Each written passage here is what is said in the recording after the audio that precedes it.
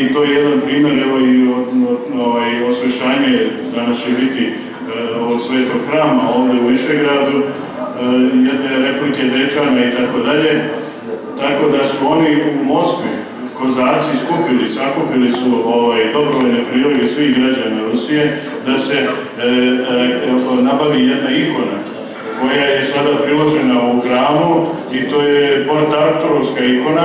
koju su oni dovezli, a ona je imala svoj put po Rusiji i u Moskvi je na svečan način dočekana od strane predstavnika Centralne kozačke vojske Ruske federacije i predana u podvorje naše patrijaršije Srpske pravoslavne crkve i ona je avionom donesena u Beograd, a iz Beograda evo sada je data kao dar kozaka i svi oni koji su poginuli na ovim područjima i to predstavlja jednu bratsku ljubav pravoslavnih naroda Rusije i Srbije. To je, da kažemo, vrlo lepo i vrlo korisno.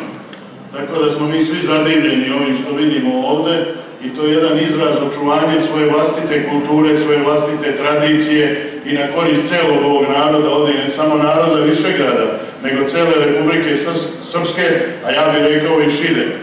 Za sve dobronamerne i sve one ljude koji